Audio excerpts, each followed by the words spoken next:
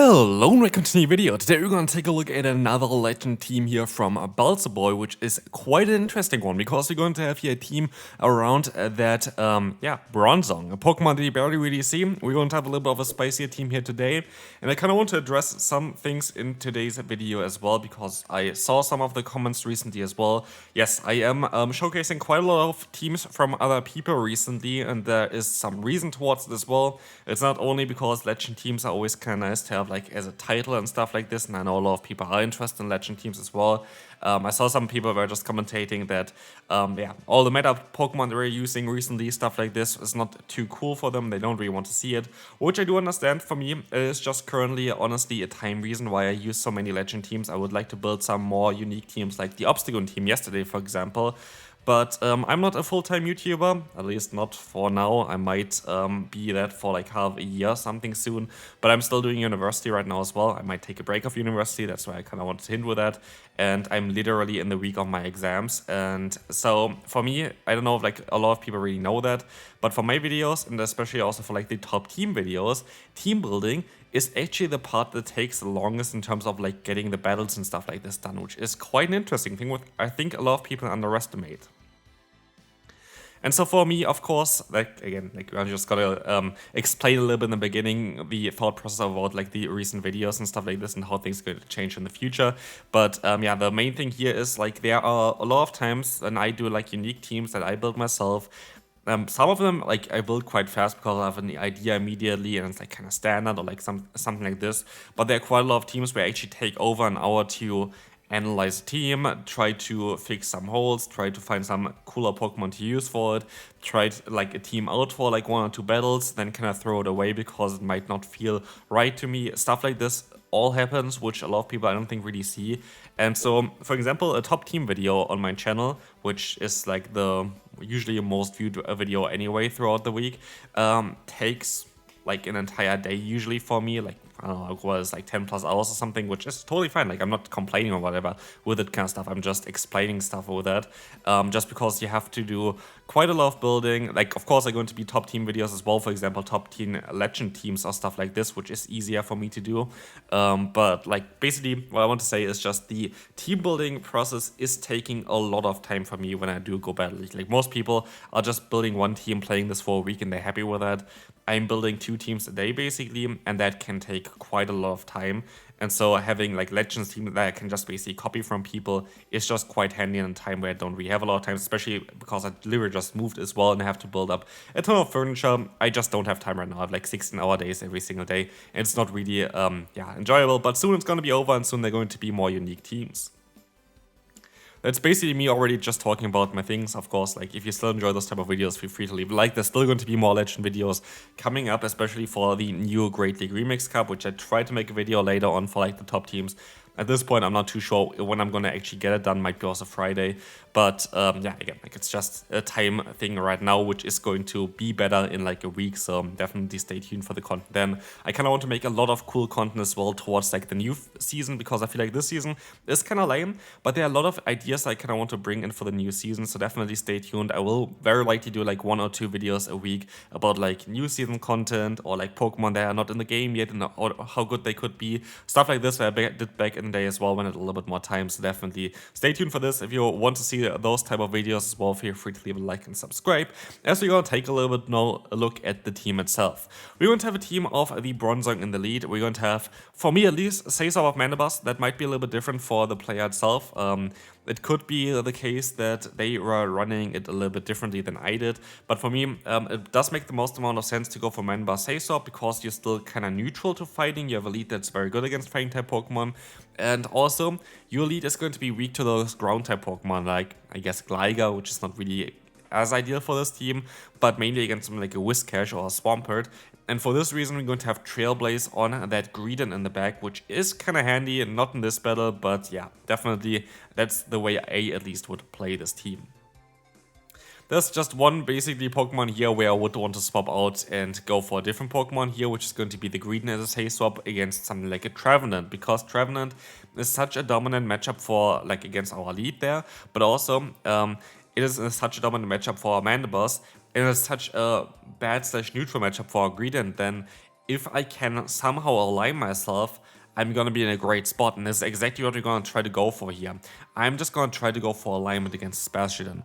I would use 2 shields and go 2 shields down in order to align myself here if I need to, but it looks like that I don't need to do this. I mostly just have to go 1 shield down, and I'm totally happy with that. As Stonehenge is coming through, I'm going to be able to overfarm to do 2 body slams, and if I can go for the full farm down, I'm so happy. Let's take a look at this one. I can actually get the knockout here. That's totally happy as well.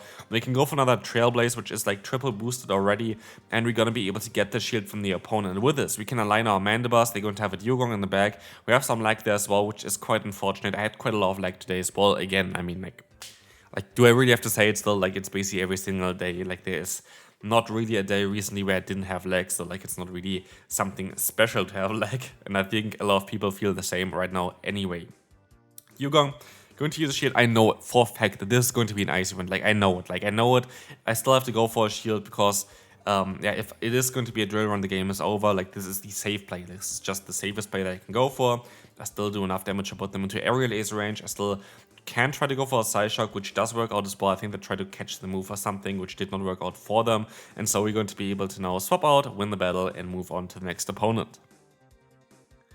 Next opponent coming through, we're going to have the Whiscash in the lead. We're going to be able to swap out straight away into the Mandibus, which is our usual say swap, as we're going to get out this Hand Slash. One thing to note here, the opponent is running Powder Snow. And this is going to change basically everything about this matchup, because usually, actually, if they have Shadow Claw, you have a great matchup with Mandibus. Mandibus can win this one, which is kind of hilarious. But with Powder Snow, it's gonna put you into range where it can easily just even farm you down, I think, in the 2-shield scenario, which is kind of mad. But, like, that's the difference between having a stab super effective fast move or a non-stab resisted fast move, and it is quite a decent difference here, as you're gonna see.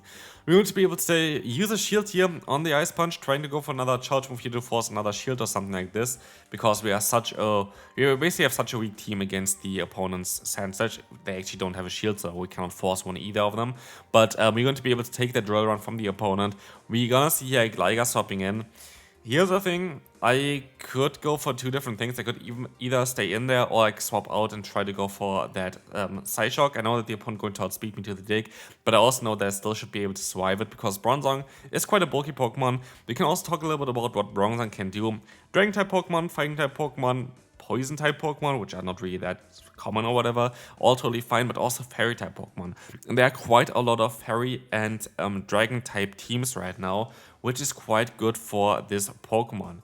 You know what's not so good is that the opponent's going to be able to win the CMP tie. It would have not knocked them out anyway. Like, Trailblaze does around like 70% damage, so it would have not been enough anyway. Next opponent, we're going to have the Gligar in the lead. This is going to be a matchup that is going to be quite of an awkward one as well.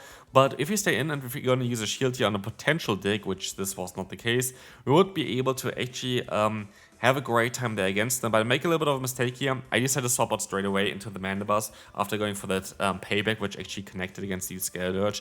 I should have just stayed in and tried to farm them down, because if they're going to go back into the Gligar, I would be able to align my Mandibus, which would be kind of cool. But they go into the Gligar anyway, for whatever reason. I don't really understand this, but I definitely like this. As they're going to outspeed the opponent generates 3.5 energy per turn, I think, while we generate 4.33 energy per turn. So yeah, not quite 1 energy more per turn, but like close to it. And so we're going to be able to outspeed them, knock them out, and look at what they have in the back. It's going to be a Feraligatr. Of course, at this point, they don't know that they have a Pokemon in the back that is going to be able to resist the fast move, that is going to be able to still go for super effective charge moves as well. It is quite mad, so yeah, Hydro Cannon coming through, going to be able to get me a little bit lower. They can farm me down. I can still try to go for an aerial ace against the opponent. If this is going to get the shield, happy days. If not, also fine. We're gonna get the shield, which is even better for us, to be fair. Like, this is going to clearly win us the game here. They can go for Hydro Cannon, knock me out, but we can survive at least 1 Hydro Cannon here, and we should be able to outspeed them to the Trailblaze towards the next charge move anyway, because they just went for one. They're gonna go for another one, and Trailblaze is coming through here. This is going to be able to knock them out and win us this battle. Next opponent coming through, we're going to have here the Sableye in the lead. Horrible lead for us. Here, actually, you could also decide to go into Greedent, and I think Greedent would have been better here. I think that was a little bit of a misplay by me. They're gonna go into their own Lantern now, which is quite awkward. Maybe Greedent is the standard safe swap as well for this team. I'm not too sure. I would go for Mandibus just because Lead is really good against Annihilate, because you just do super effective fast move damage. It's still actually quite a tricky one, but I think you can just farm down on the 2-shield scenario.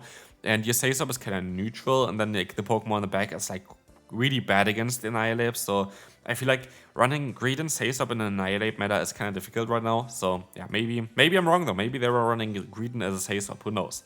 Anyway, we're going to be able to let the move go through here, get some extra energy, and swap out now as well as the opponent goes back into the Sableye. Can at least go into my Greedon, and I will use a shield here as a Shadow, yeah, Foul Play is going to do quite a lot of damage, and so we decided to go for the Trailblaze as we're locked into this matchup anyway. We're going to just try to get some extra damage onto the opponent as well as I swap onto the Typhlosion. I don't know really how, like, what I'm doing here. Like, honestly, I really don't know what I'm doing here. Not ideal way of using, like, my energy here. Like, that's not great energy management at all. And this kind of gonna bite me back now as well. Should have went for a charge move way earlier. I would have got a shield from the opponent, and I would have been so much better off. But like, this was a little bit of a misplay by me. I still try my best to get all the shields from the opponent, but yeah, body slam spam is real. But I'm not gonna be able to go for the payback because I lose CMP tie against the opponent, which is fair. But yeah, good game to the opponent there. This is going to be sadly it, as also a Trailblaze is not going to be reached in time, and so that's going to be it for this one. Now let's move on to the next opponent. Second to last one for today. Oh, look at this. A Wigglytuff is fearing this. And this again, like the cool thing about Bronzong, I think I did not really get like the greatest matchups all the time with it, but definitely against Dragon type Pokemon it's lovely, against Fairy type Pokemon it's lovely, against Annihilate it's lovely. It's a little bit tricky against like Feraligatr and like the Fire type boys and something like a Lickitung, but still like it is a solid Pokemon to use right now for sure. I made a Bronzong video I think also already like last season, and it was a great Pokemon for that meta as well. And as the meta barely changed, it's of course a great Pokemon for this meta as well. So yeah, really curious on what is going to happen for the next season. If we don't get Electrowrap as a new charge move, I'm going to definitely go on a ride with it, because like Electrowrap is definitely needed. But yeah, not for Lantern, please. I don't think Lantern learns Electrowrap anyway, but like, what kind of new move from the main Pokemon games would you like to see in Pokemon Go? Let me know in the comment section below. Maybe I can see if I can include them as well in a video. So yeah, feel free to do that. I would really appreciate it. That's going to be able to align ourselves. That's going to be quite important, as I don't really want to have the Mana Boss against that Wigglytuff. But we also going to have an Azumarill in the back, and that is going to be a double fairy line here, which is going to be a little bit of a trickier one to handle, but we can still try to use our Mana Boss as something like a sponge, because it can sponge some Play Roughs. Play Rough is going to be the hardest hitting move that the opponent can go for. It is going to be able to connect here, but I can just go ahead and go for the Aerial Ace Spam. With that, we're going to put it into range for one Psyshock for sure. And we can even go for another charge move here, most likely forcing them to go for their own charge move very soon as well. I think it's even a CMP tie. Never mind, it was not a CMP tie. They're going to go into the Wigglytuff, but we're in a very tough spot here still. We're going to be able to go for the Aerial Ace, getting at them low, and they make a huge mistake. For whatever reason, they decide to go for a shield here. And a charge move here, of course, as the Icy Wind is going to now connect. We're going to be able to go perfectly farm them down, and with this we can go for either Payback, which is resisted, or the Psyshock, which is stab and neutral, and knock out that Azumarill. Then we can move on to the next opponent. Final one for today. Great lead for us. Or is it? Here's the thing as well. I just hope that Confusion somewhere gonna get a buff. I guess maybe not actually. I just hope that there would be like a better fast move for Psychic type Pokemon. The issue is if you give Confusion a buff, you have Cresselia, which is just too broken. And also you would have Hypno, which might also be a little bit too broken then as well. Maybe not. Actually, Hypno not really, but like Cresselia. Already I see people running Cresselia with Confusion in the Great League right now. So hopefully there's going to be a new fast move like Metal Sound, which we already have, that's going to make Bronzong a little bit better in like those neutral matchups. I would imagine that Metal Sound gonna get buffed next season, but yeah, we have to see on this, like how this is gonna be going. But as we will see here, Skarmory against us, we're gonna let the move go through just to keep the shield for whatever they have in the back as well. It's very likely going to be a Whiscash, and it's going to be a Whiscash. Well, surprise, having a Dragon lead, having a Water Ground in the back, and a Skarmory is a very common lineup. Like you see this quite commonly. Very difficult to, actually not even that difficult to deal with for like a Bastion lead, because they still have the super effective Awkward Tail. So like, yeah, this team is actually really good from the opponent as well. Also a line that a lot of people know from back in the day as well. But Scott coming through here, going to not get a debuff as well. We should be able to put them into knockout range here as well. We're gonna undercharge, which is not going to matter, as sadly we're going to knock them out, and so they can go for the full farm down here. And now I have two kind of plays. I can just go for a charge move straight away, and I could decide to call a bait from the opponent. I think calling a bait is kind of necessary because I think they would get to another move here in time, and so I decided to call the bait here. Ends a Brave Bird, and I will lose this battle, and so hopefully you still enjoyed this one. If I used the shield there, I would have won this game, but it's fine. Good game to the opponent, well predicted there, and I'll see you then. Bye bye.